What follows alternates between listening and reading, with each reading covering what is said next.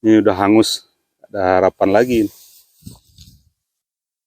Semua jaringan di batang dan di pelepahnya itu udah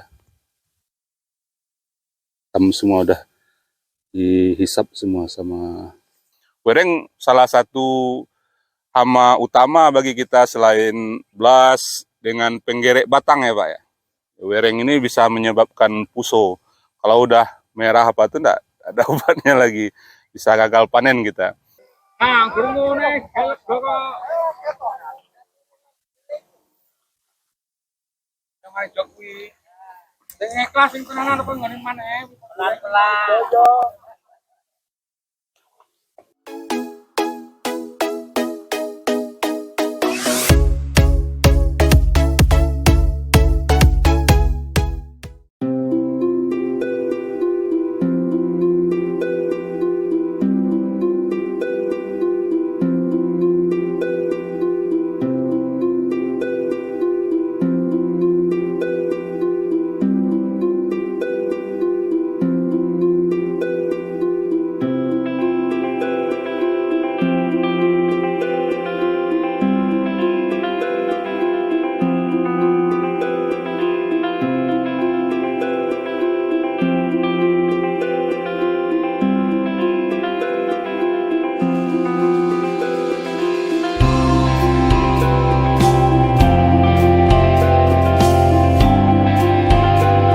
Oke Sobat Tani, kita lihat secara kasat mata ini masih belum terlalu jelas serangannya. Tapi kalau kita lihat dekat seperti ini udah mulai nampak satu-satu merah daunnya kan. Karena dia populasinya mungkin masih di generasi pertama ya, belum terlalu banyak populasi, tapi sudah nampak satu-satu bekas serangan dia, sudah memerah daunnya. Kita mengamati itu ya memang dilihat ke bagian pangkalnya yang kayak gini. Ini sudah kelihatan banyak apanya nih. Boleh dilihat, didekatkan kameranya. Mulai banyak werengnya. Ini dia yang berjalan mereng-mereng gitu jalannya. Warnanya coklat. Wereng hijau pun ada satu-satu nih, wereng hijau. Dan dia nanti bertelurnya di dalam ini. Dalam jaringan pelepah ini. Dalam jaringan ini dia bertelur. Dalam jaringan lagi. Jadi di awal-awal nggak bakalan kelihatan. Di generasi pertama dia palingan baru 1-2. Kalau tidak terkendali, pengendalian pemakaian pestisidanya tidak bijak, musuh alaminya mati, werengnya makin berkembang. Di generasi pertama dia udah puluhan, ratusan ekor perumpun. Tidak terkendali lagi. Di generasi keduanya baru ribuan. Itulah ledakan hama, dan ini akan seperti terbakar jadinya nanti. Nah ini yang udah apa? Ada jaringannya lama. Berarti diambil batangnya ya. Nah ini yang mungkin udah terlalu banyak wereng di sini ya. Ini udah mati apanya. Ini udah hangus. Ada harapan lagi. Semua jaringan di batang dan di pelepahnya itu udah hitam semua, udah dihisap semua sama wereng. Jadi kalau kita pengamatan ke lapangan, kita nggak bisa melihat dari apa aja, dari jauh aja. Memang harus kita dekat ke pangkal. Misalnya dipukul-pukul ya, pukul-pukul, banyak dia berjatuhan nih. Nah, nampak dia dijatuh ke air kan. Ini ada yang hijau satu, yang coklat yang banyak ya.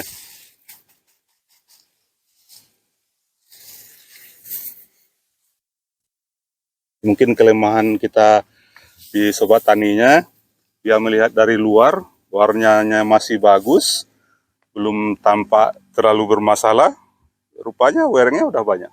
Jadi petani itu hanya melihat dari luarnya aja, tapi dia tidak mengamati secara detailnya ke pangkal-pangkal padinya gitu kan. Sementara wereng itu kan populasinya yang hidupnya di pangkal-pangkal padi gitu. Ini kan udah dewasa semua nih. Udah bisa menghisap dia nih kan. Kalau seumuran ini udah wereng dewasa ini. Ini harus dikendalikan secepatnya. Tidak bisa dijanjikan.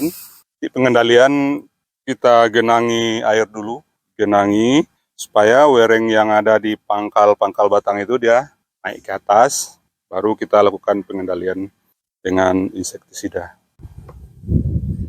Jadi dari generasi 0 ya, generasi 0 itu dia baru ada di sini, baru migrasi ke sini, palingan 1 ekor atau 2 ekor per rumpun itu masih belum masalah. Jika itu tidak terkendali dengan musuh alami atau tidak terkendali dengan pestisida, dia di generasi pertama 1 ekor itu sudah nambah 200 sampai 600 ekor. Itu dari tiap generasi itu dia butuh waktu 25 sampai 30 hari. Jadi kalau misalnya kita setelah tanam dia udah ada di sini, umur sebulan, itu generasi pertama. Ini masuk ke generasi pertama baru. Udah ratusan tadi kan, kalau perumpunnya. Nanti kalau di generasi kedua, umur-umur 2 bulan, dia udah mulai terbit. Ini udah ribuan kalau udah terkendali perapanya. Itu yang ini aja udah nampak serangannya.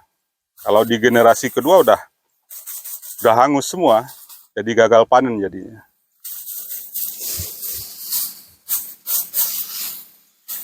Berarti ini udah generasi pertama baru. Baru generasi pertama menuju generasi kedua. Bisa jadi kontak tani kita ini dia terlalu kuat racunnya, dosisnya terlalu tinggi. Dia mengendalikan hama putih palsu dengan dosis yang tinggi. Akhirnya musuh alami ikut mati, werengnya nggak ada yang makan lagi. Di generasi pertama sebenarnya masih terkendalikan sama musuh alami karena penyemprotan ulatnya terlalu keras, jadinya tidak terkendali lagi, terjadi ledakan nanti. Jadi werengnya juga bebal jadinya karena racun apanya kan?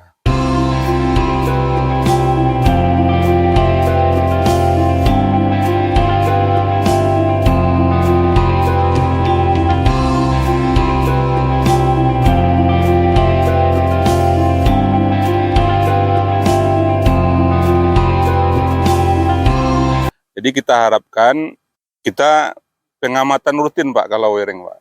Setiap apa tuh kita tidak ngelihat dari, kalau kita lihat dari luar ini aja kan tidak ada masalah. Tidak nampak. Rupanya setelah kita lihat Pak banyak, udah puluhan, malah ada yang ratusan mungkin ada Jan. Nah, udah bisa jadi itu di generasi pertamanya baru. Kalau udah bertelur lagi itu tidak bisa lagi diselamatkan Pak. Jadi harapan pengamatan rutin. Memang kita lihat di dalamnya, kita ke dalam lah mengamati. Wereng salah satu hama utama bagi kita selain blas dengan penggerek batang ya Pak ya. Wereng ini bisa menyebabkan puso. Kalau udah merah itu enggak ada obatnya lagi. Bisa gagal panen kita. Selain pengamatan mungkin harapannya varietas kita ganti dulu untuk musim tanam berikut. Bibitnya kita akan dapat Impari 47 ya. Nah, itu lebih karena dia varietas unggul baru, dia tahan juga terhadap wereng, kita bawa itu. Kita ganti dulu yang bibit yang ada sekarang nggak kita bawa lagi. Itu mungkin setelah itu pemupukan N berlebih juga berpengaruh mungkin ada Chan. Kelebihan urea, dia suka itu. Kalau kelebihan itu dia nggak suka. Jadi kita lihat dulu warna daun. Kalau warna daun kita udah hijau, kita nggak usah mupuk urea lagi. Di NPK pun kan udah ada N-nya juga.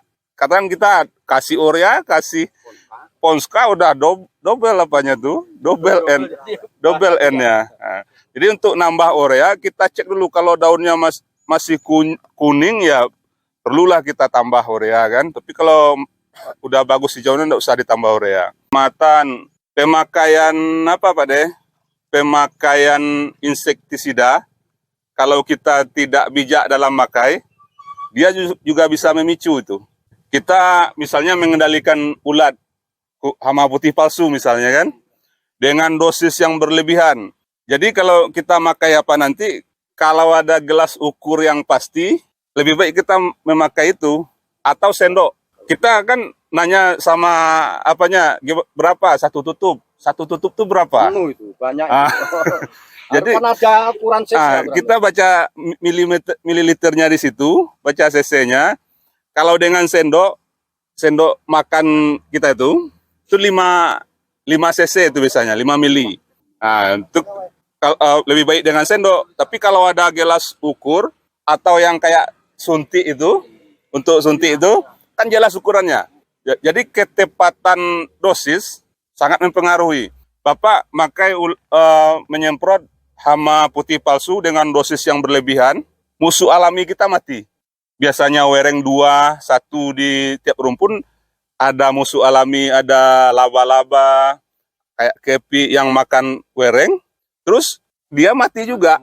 Mati semua. Nah, werengnya kebal, bertelur banyak, yang makan dia enggak ada.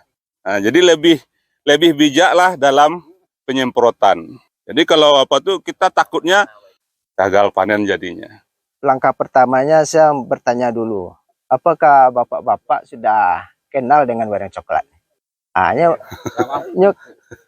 yang misalnya kenal dengan tahu itu beda Pak ya. Nah, kalau tahu, misalnya Bapak Bupati lah kan lewat, itu Bapak Bupati lewat kan. Tapi kalau kenalnya kita nggak tahu berapa kali makan sehari,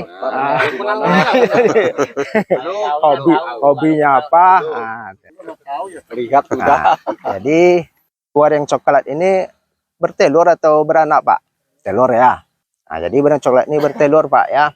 Jadi 1 ekor induk wereng coklat tuh telurnya 100 sampai 600 butir. Tepat kali itu.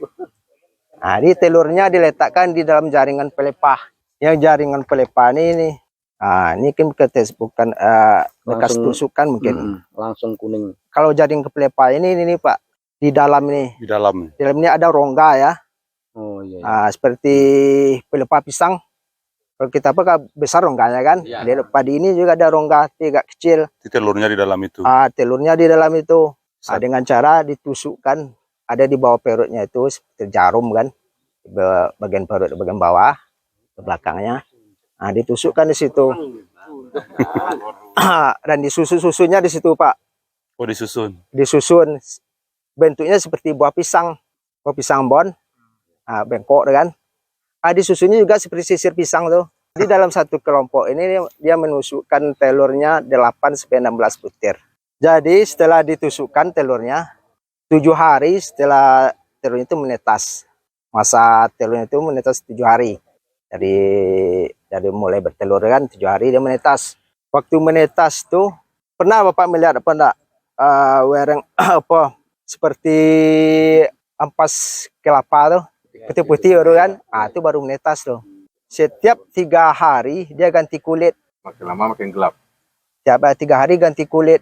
Waktu penggantian kulitnya 5 kali. 3 kali 5 berapa tuh Pak? 15. 15 hari. 15 hari tidak ganti kulit lagi. Sudah menjadi wereng dewasa. Wereng dewasa. Bisa loncat. Wereng dewasa ini ada yang bersap pendek, ada yang bersap panjang kan. Yang bersap panjang itu fungsinya untuk menyebar pindah ke tempat yang lain kan. Kalau ya terbang. Kalau populasi lah banyak di situ kan. Jadi kalau dia udah padat Pak, dia transmigrasi lagi. Ya. Jadi waktu itulah itu dewasa itu setelah 15 hari tadi telur 1 ekor taruh 100 sampai 600, taruhlah kita 200. Kalau 200 kan. Kalau ada 1000 berapa tuh Pak? 1000 misalnya yang induknya. 200.000. 200.000 kan. Jadi wereng ini Pak ya 10 hari cuman mulai dewasa itu 10 hari umurnya. Paling tinggi 15. Itu walaupun Bapak semprot dia akan mati sendiri tuh. Cuma Dia udah nambah banyak. Cuman yang ditinggalkannya itu tahu nggak apa yang dirusaknya? apa yang dimakannya gitu. Airnya padi. Dia mengisap, mengisap Pak ya. Ya Pak. Nah, dia Jadi Bapak kalau cari orang itu dia putus kena kayak gigitan ulat gak akan ketemu. dia menusuk dan mengisap. Nah, ini tipe mulutnya seperti nyamuk tipe mulutnya. Yang disap ini Pak cairan pelepani dan cairan batangnya. Nah, itu makanya kalau sudah banyak, kalau 2 ekor baru belum nampak Pak ya kan.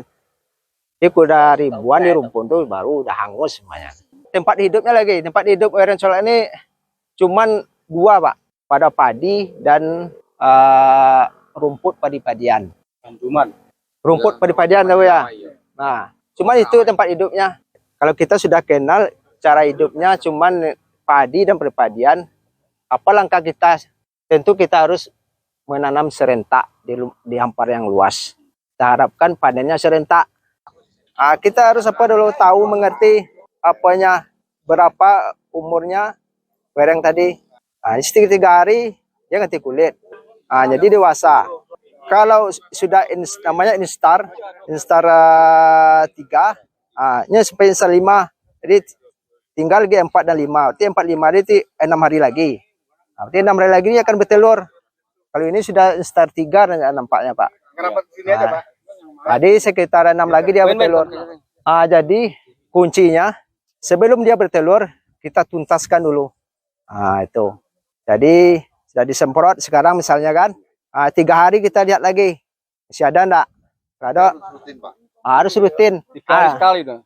Kuncinya itu pengamatan rutin Pak. Kalau ada di sawah, kalau ada populasinya itu kan harus sekitar 3 hari kita lihat sawah apa padi itu, rumpun padi itu.